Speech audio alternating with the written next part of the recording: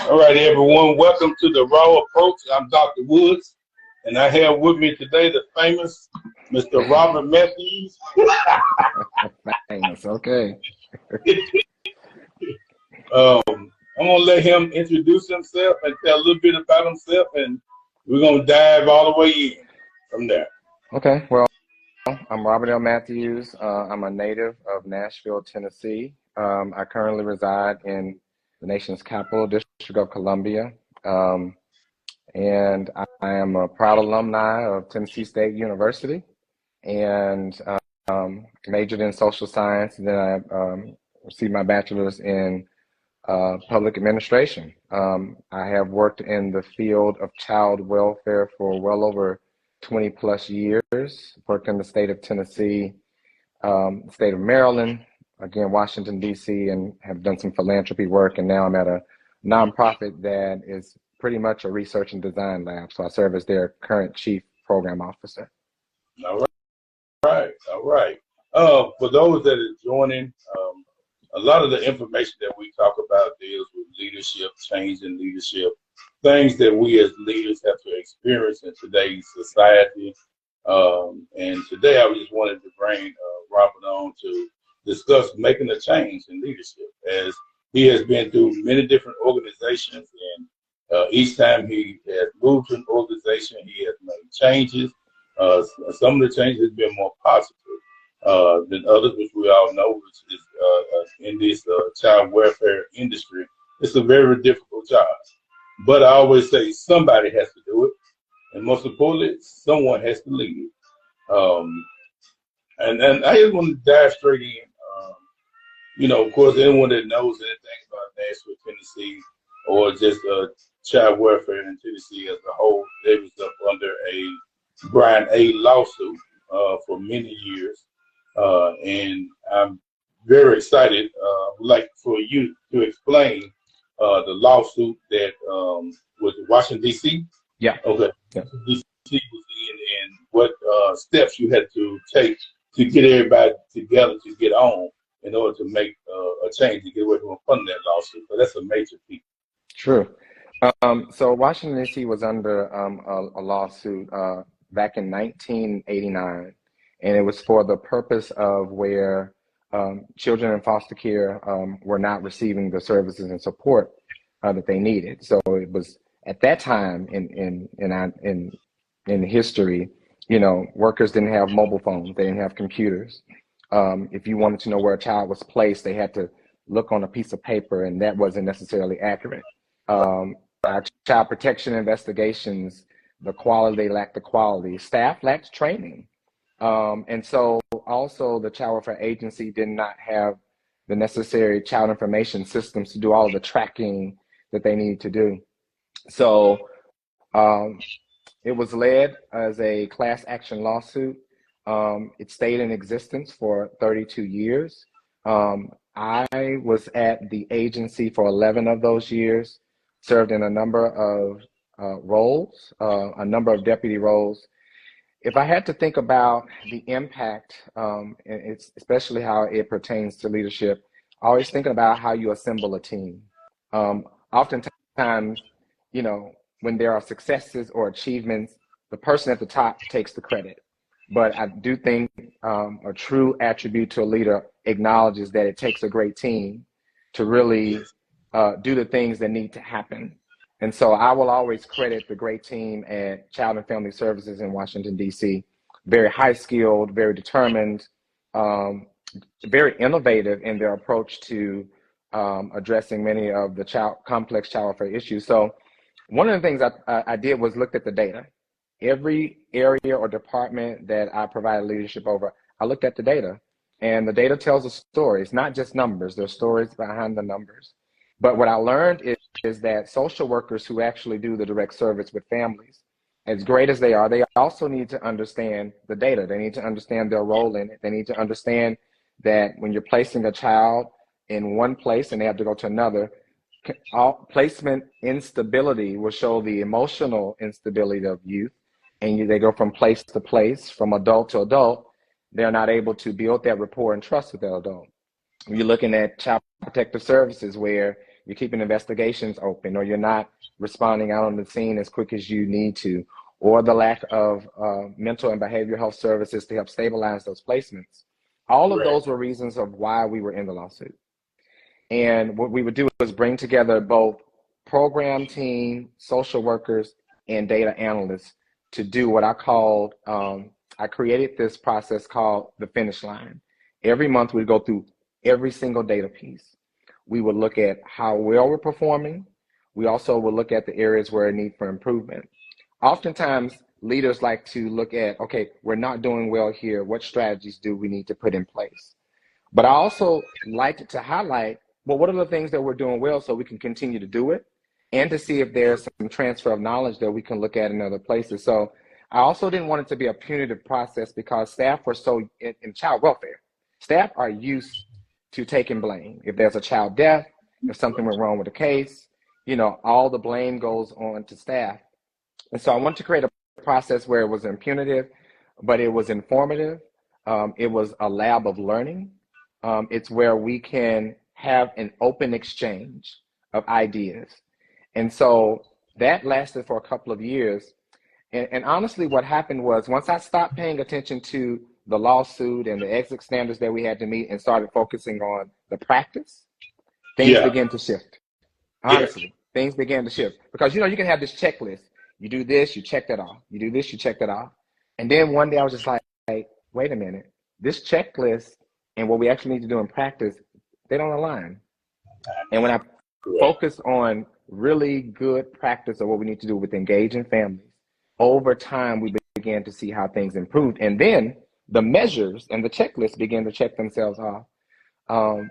So in a nutshell, on a very high level, the finish line was kind of the incubator of how we utilize data, how we utilize practice. Practice then delved into what policies we need to put in place. And at times we needed to also draft legislation so that we could ensure those things are instituted.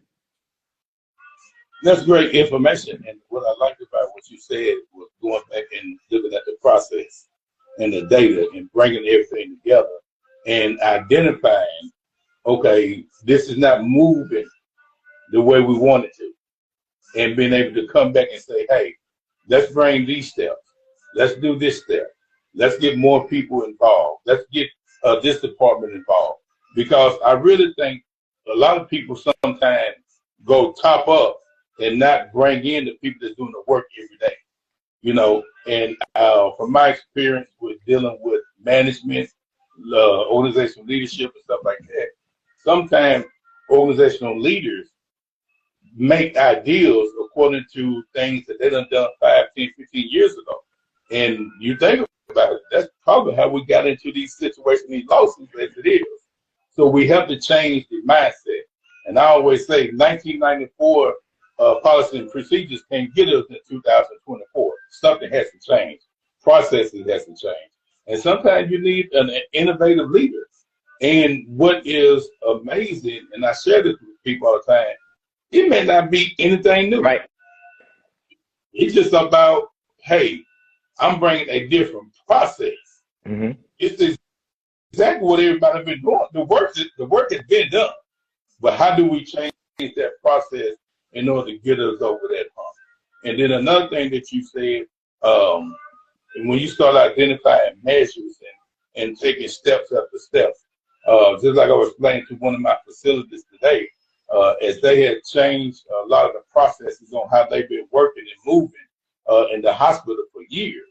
And we've made a change within the last 2 weeks. And even the CEO and the CEO in training and the CNO and the risk analyst manager of the facility, they came and said, hey, we should have done this 5, 10 years ago. And all it takes is one idea with a process. And they were like, hey, we don't want to get ourselves too excited, but within the last 2 weeks, hey, we haven't been having 5, 6, 7 colds every day. And the colds we have been having is minor colds. It's nothing major. And that's when I tell them, I've always led with this concept and this theory. Small victories lead to greater success. Yeah. Because the thing with small victories is you can start marking it off, and marking it off. A small victory is nothing but a step that's been accomplished. And anybody know anything about a step, you get enough steps up there, you don't reach your goal. You may not know that you don't reach it, but you wake up one day and you have reached it. And so it's very important, good information that you provide. So let me ask you this. How do you define your style of leadership? I really have two styles. One is servant leadership. When I was getting my master's, I read up on servant leadership by Robert Greenleaf, I believe. And yes, it does carry a biblical principle with it. Yes. Jesus saying, I came to this earth to serve, not to be served. And how I show up in spaces is no matter the position, I thought it'd be important that the team see that, you know, I've done this work. I've carried cases. I've engaged families. There was never a time or a moment where I could not engage an older youth, and staff would see that. They were like, oh my God, the director? Yeah, absolutely. I was willing to get in, you know, get my hands dirty, so to speak. I recall when COVID began, no vaccines, we didn't know anything. People, of course, were dying, and there wasn't a lot that the public health community knew. We had our very first case of two youth, one age 9 and one age 11, to where both the grandmother and mother were in intensive care. Both youth had contracted COVID. You really couldn't find staff that were willing, one, to transport them, and you couldn't find foster parents to place them because they had their own kids and they were afraid to be contracted with COVID. And so the director of the agency, at close to 12 midnight that night, I said, I got to go in. There was a staff person that decided that they would transport. And again, we didn't know a lot about the virus, but I went in. I told them, bring them up the stairway, because then we needed to sanitize because we had to do that. That's what we knew to do. We kind of quarantined off a section in a room because no one would take them. So guess what? They had to stay in the building. And we had to find staff that would provide like this further than 6 feet supervision for those youth. But again, that just went to show staff. And when I left the agency, here's the interesting part. The staff person came to me and said, I don't know if you remember when we had COVID, but I remember you stepped in. And I was like, what is he doing here? So the servant leadership part is that I wanted them to see, and it wasn't even servant leadership in my mind at the time. It was that we needed to get the job done. There's a 9-year-old and 11-year-old without a mother and without a grandmother who they are accustomed to going home with. We're the strangers to them. So this is the work that we do, right? But I didn't think about that. So, but the point of the story is that the staff saw that I was serving. The second leadership style, I would say, is situational leadership. And what that is, and at least how it's served me well, is as conditions change, as the environment changes around you, so you must shift, whether that's policy, whether that's practice, whether that's your approach. Because what I have seen with many organizations, whether it's public organizations in government or private, is they do the same thing for a long time and they expect to get this result, or they expect to meet their outcomes, right? That's because they haven't taken an environmental scan internally and externally to see, wait a minute, something has shifted. And if there's a shift, that means that you also have to pivot. But just like when you mentioned, like staff who may have been veterans for a long time, they've been doing it the same way all the time. That is why you continue to get the same results. Absolutely. So both have been, I've served well using servant leadership and situational leadership. Those are two good ones that I like. Of course, servant leadership, what I like about servant leadership is, is Robert Greenleaf. And I used him for the basis of my dissertation, which talks about, is there a leadership behavior or a leadership style that works best for family service workers in order to prevent turnover? And it became very important to me from being in DCS for so long and seeing people come in and go, come in and go, come in and go. And it just took a little bit deeper, just child welfare as a whole. The numbers from Texas to Oregon, all the way to Washington and back into Nashville. Very disturbing numbers, even to 2023. Davidson County, dealing with the state of Tennessee, had a turnover rate of 123%. That is astronomically crazy. So that's saying that not only are you losing the people that you get in up front, you're also losing your veterans in the back. And that, to me, that's an issue. That's a major issue, you know, and that's another topic another day, you know, in dealing with that. But in these type of environments, servant leadership, I'm with you, number one.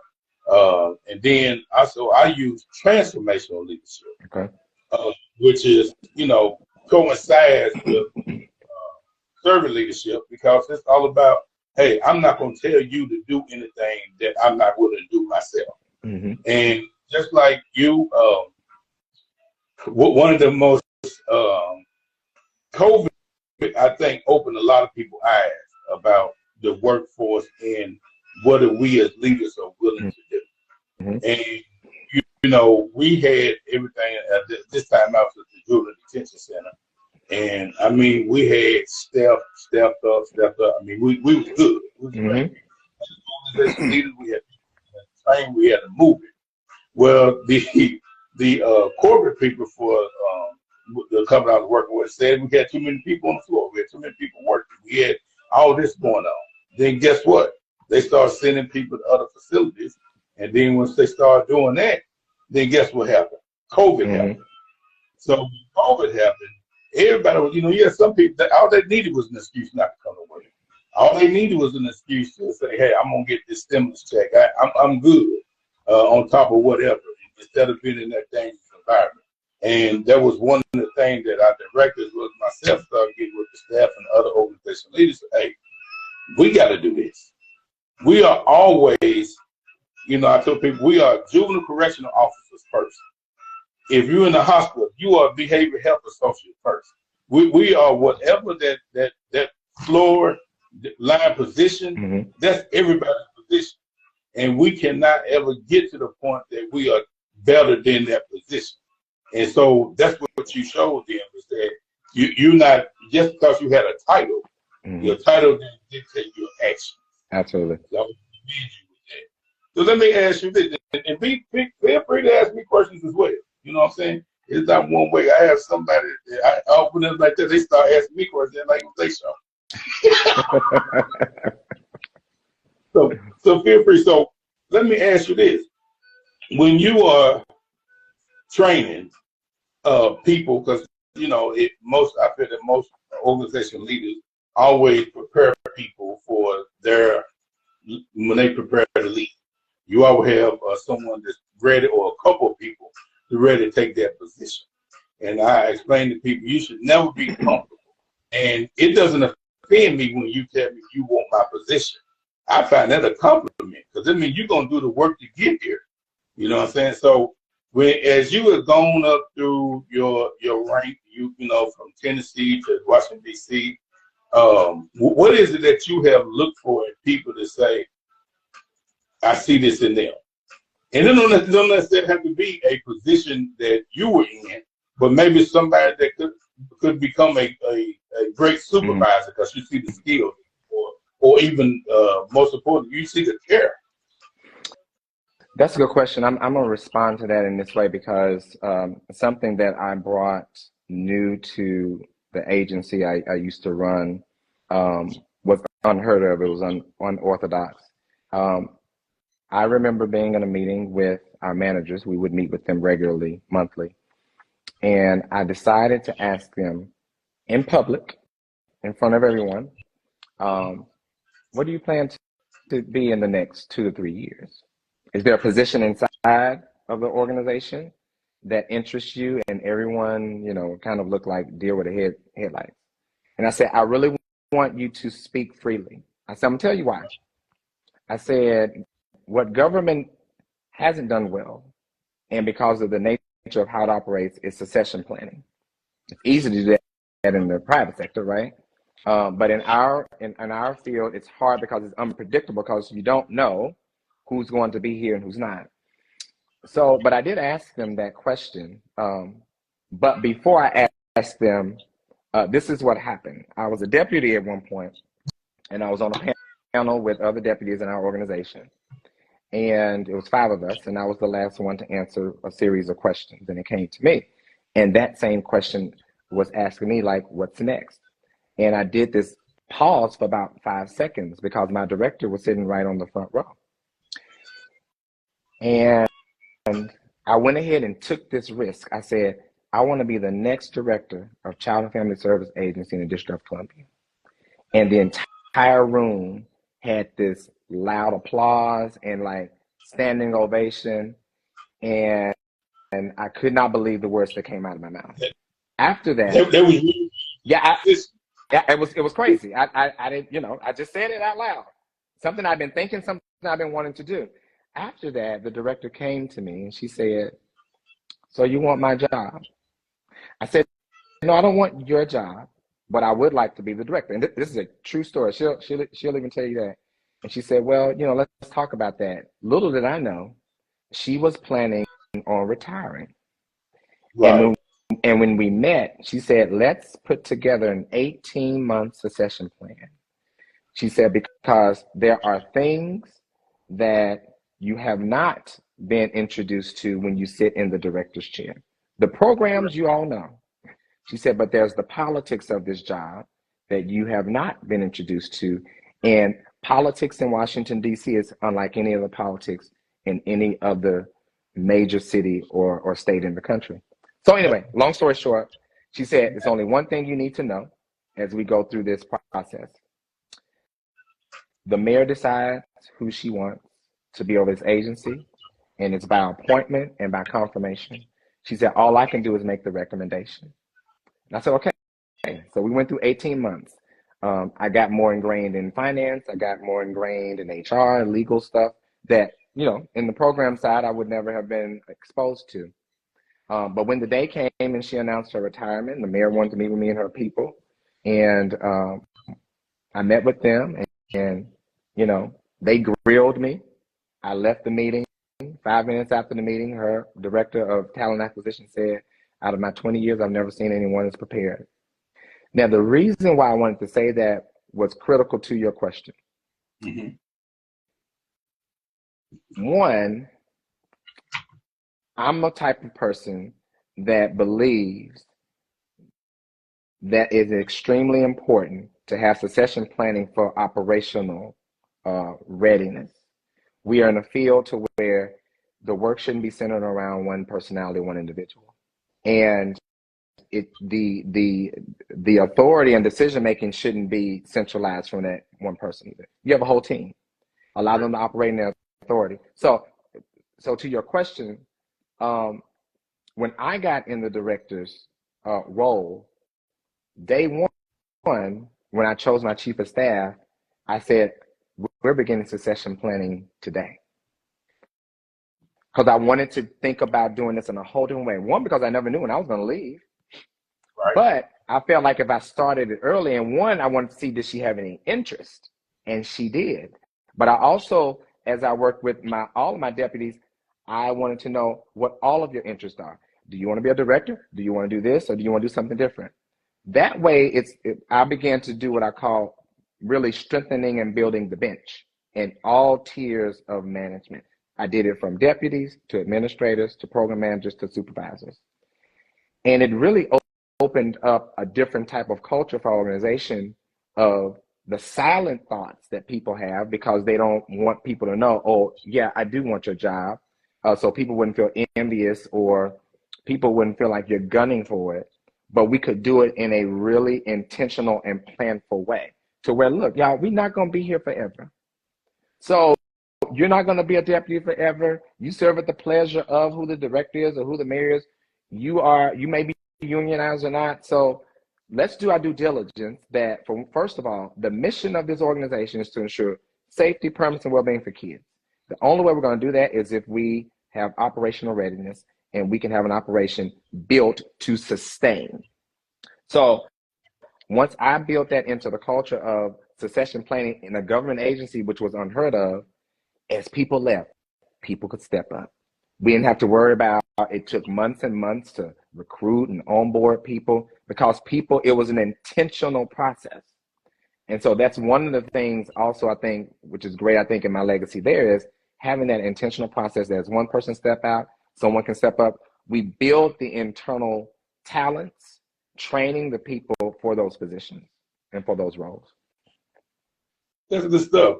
And what I like about that is you took almost a teaming approach with everybody in order to be successful. And one of the things that I studied is the teaming approach really didn't even have a definition when I first started my dissertation.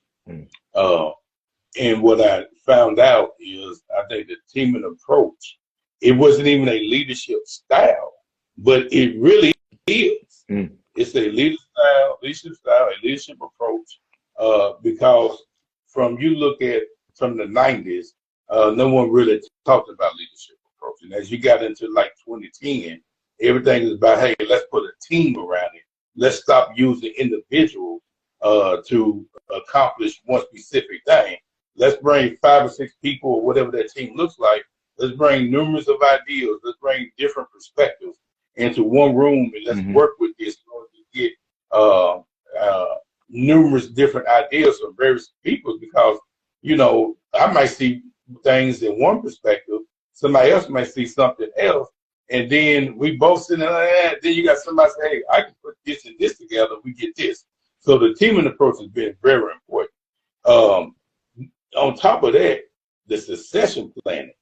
I think a lot of people are scared of a succession plan. They are. But my idea is, if you are scared of a succession plan, and this is just my opinion, if you are scared of a succession plan, that means you don't got complacent and comfortable. Yes. And that means to me, you are no good for the organization. You are no good for the people that you're leading, because this is how you get some people, and this is one of the things that I seen at Department of Children's Services. You have people that are 30, 40 years in certain positions. They wasn't going to move, didn't want to move. They was cool with that position. You know what I'm saying? But the problem is the knowledge has become stagnant. You got people who don't want to take on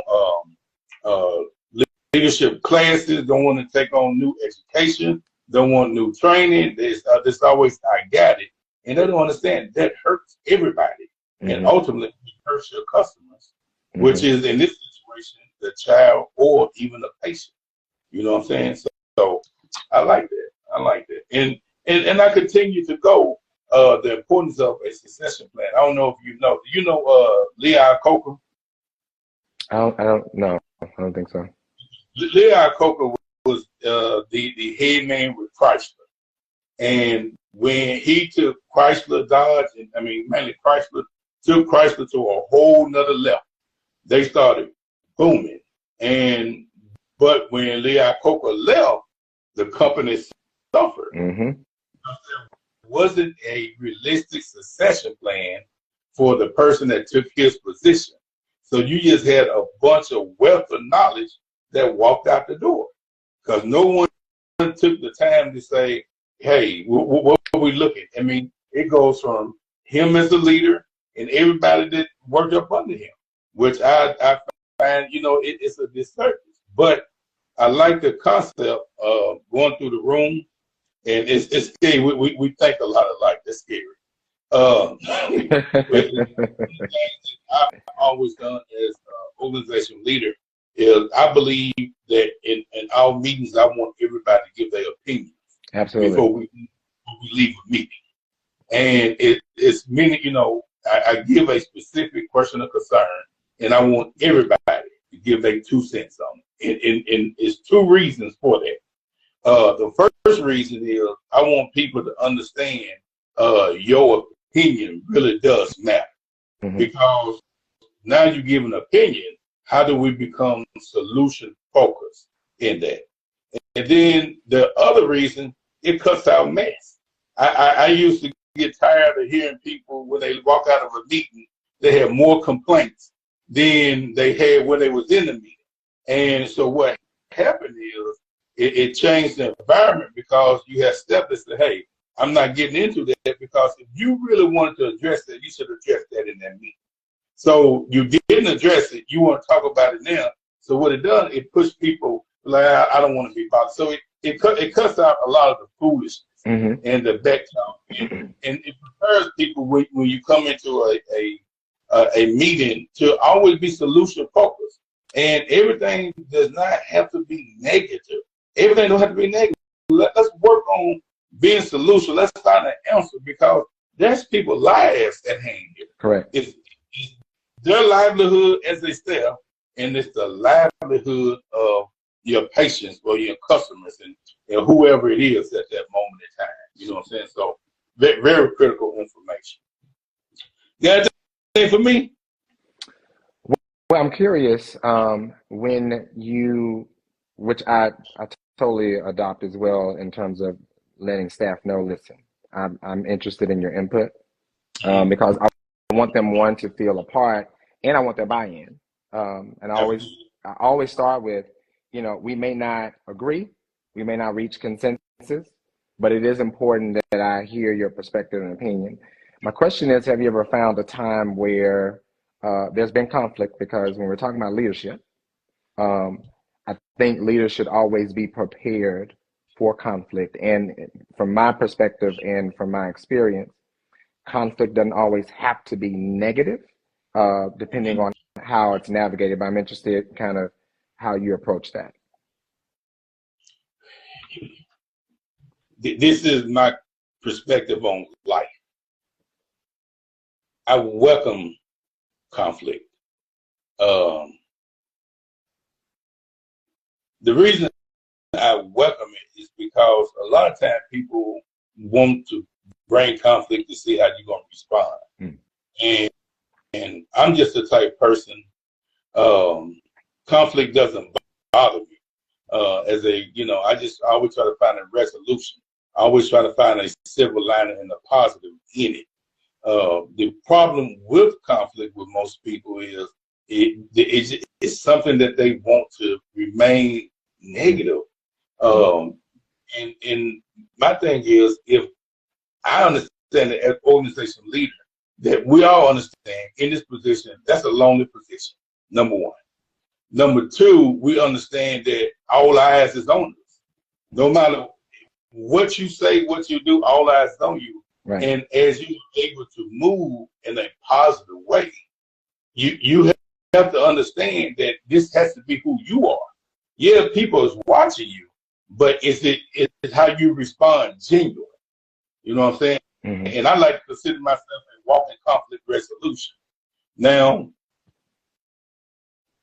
do a lot of people agree with my approach? Of course not. Do a lot of people agree with my tone? Of course not. But I explain to people my tone is never disrespectful.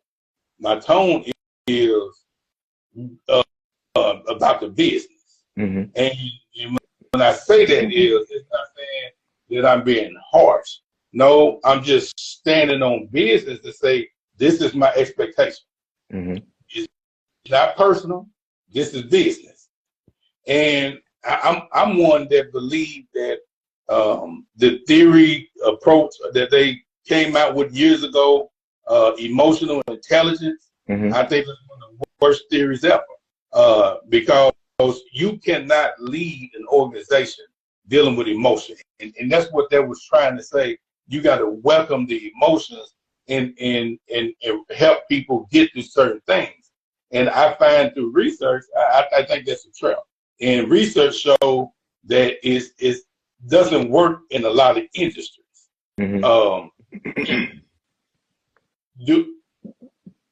And speaking with stuff like that, I want people to come, hey, let's discuss the facts. You know what I'm saying? I don't want to necessarily hear an opinion at the moment. Let's discuss the fact. What is the fact? Let's give a situation. We have 200 kids a day that doesn't have a place to stay. Okay. All right. How are we going to handle this? Well, I feel that we should do blank, blank, blank because I'm tired of staying here. That's not solution focused. Mm-hmm. And that's what you get when a lot of people start talking from their emotion. And then when one group of people start talking with their emotion, it escalates and escalates and escalates. So I welcome conflict, but I welcome to the point that I want people to see that conflict is not, like you said earlier, it's not necessarily a negative thing. Most people think it is. You just got to know how to confront it and be able and be prepared for it. Because what you know is in these positions, no matter what we do, stuff gonna come at us. Right. And it's stuff that's gonna come out the blue. You're like, where did that one come from? But nevertheless, you got a crew of people looking and waiting to see how you're gonna respond. Right. And in my experience with staff, and of course, this had to be built upon in terms of trust. Any number of concerns they would bring. I was like, first of all, the director's door is open, which they were not accustomed to. First of all, they never even knew where the director's office was, my predecessor. She just was not one that's you're not just going to walk up in her office. So right. She was just that type. Right. Mine, you could. But one of the things, well, several things I told them, similar to what you just mentioned, I was like, start with the facts. I said, I can't help you, I can't support you unless I know the facts. That's where we start. Now, if it is a issue or concern like with your supervisor, I always tell them, please understand the only way I can assist in rectifying this is if I bring your supervisor in here as well. So he or she can hear what you are saying. You don't have to worry about like any retaliatory action because that's not the type of organization that I run. And if you by chance get that, you know where to come. So it took time for people really to feel comfortable and feel psychological safety in doing that. It was the other thing. Number of times they would do that. I bring the supervisor, and many times it boiled down to differences in how they communicate or lack thereof, trying to assume people's intention and motive based on an experience they may have had with someone else. But they always said, this may not have been resolved the way that I wanted it, but you were always fair. Absolutely. And that left me with, okay, because I don't think all these issues can be resolved to your liking or to your liking, but if you felt that I was a neutral party and that it was fair, that's the great thing about it. And the last part, when I mentioned prior, is how you navigate conflict. I also studied the conflict theory. One of my masters, I think it was George Simmel. He's a German sociologist, and he likened it unto family and marital therapy, or actually, he did family and marital therapy, and it was when you have a married couple who come to a clinician for therapy to kind of sort out their issues. And sorting out their issues can look messy, can look ugly, and that's where the conflict kind of surfaces. But he really spent time on focusing on now, after we resolve the conflict, we come out on the other side of it. And so what that meant was, it didn't necessarily mean it was negative. The important part is how you navigate it, how you manage it, so you can come out, on the other side. So I was just interested to ask that because that came top of mind because most leaders, well, I'm gonna say some leaders actually, right. Don't necessarily facilitate conflict in the best way because of what you mentioned, the emotion that comes to it. If people begin to learn a bit, and I know it's difficult because we're humans, to separate kind of that personal from professional, knowing that we're in a professional environment. This is not a personal attack against you. That may be hard to say because for some people, because we're human, if they got a history and they're trouble, you'd be like, oh, him again. Oh, she's up in my office again. Then there's some of that bias and subjectivity in that. But if you can, and if you really try to veer toward the center and try to really look at things in an objective way, and the objective way to do it is from what you mentioned. Give me the facts. If I get the facts, then we can really help to navigate to where we can find that resolution. And again, it may not come out on the side that you would like it, but it will be a fair process. And I think in a situation like that, what I like to always identify with both parties is, after you give me the facts, and I know this is like skipping over in the between, but I like to get the facts, and then I say, before we start discussing this, what do you want the outcome to look like? Yeah. Yeah. You know what I'm saying? Because if not, you can have a bunch of talking going on, but there's no goal, no one to get to. But if you identify what that outcome is going to look like, it's going to take a lot of that personal stuff up out of there. And it's going to start talking, now you're working at, I think you said a roadmap earlier. Yeah. Now you're working on a roadmap to get where you got to go. And then another thing, and this is why I came up with the company, the Raw Approach. One, because it sounds good. Because just the dealing with the Raw Approach, sometimes it goes back to what I was saying. Some things you just can't sugarcoat. Right. A lot of people like for things to be sugarcoat. It feels good and it sounds good to the ear, but that's not life. That's not life at all. Right. Some things, it is what it is, because you can't sugarcoat